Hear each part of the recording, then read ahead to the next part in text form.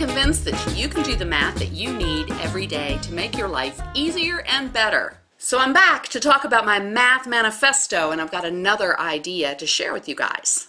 When I taught high school math, it was very common for students to ask, when am I ever going to use this stuff? And unfortunately, I hear the same refrain from grown-ups all the time. And I'm not going to lie to you, most folks don't need to use the quadratic formula or find the sine of 30.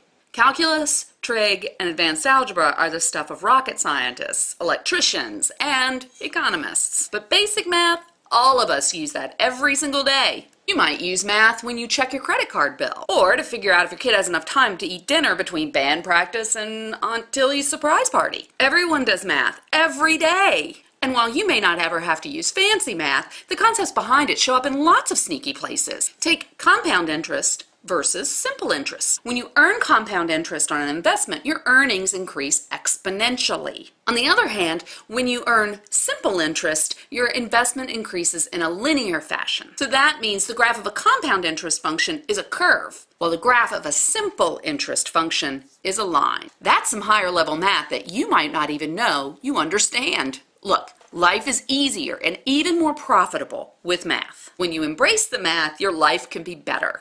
When you run from the math, you risk making stupid mistakes like investing in Aunt Tilly's new scheme to get rich quick. The good news is that the math that most of us need every day is pretty darn simple. You've got this. Just embrace the math. So the next time someone younger than you asks when you're ever going to use this math stuff, think a little harder before you say never. And look at the ways that you use math in your life every day. Share your ideas with me at www.mathforgrownups.com. Tweet about this video with the hashtag #IDoMath.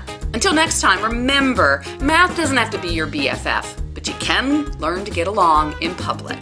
Do you have your very own copies of Math for Grown-Ups and Math for Writers? Visit www.mathforgrownups.com and click on books. What's stopping you?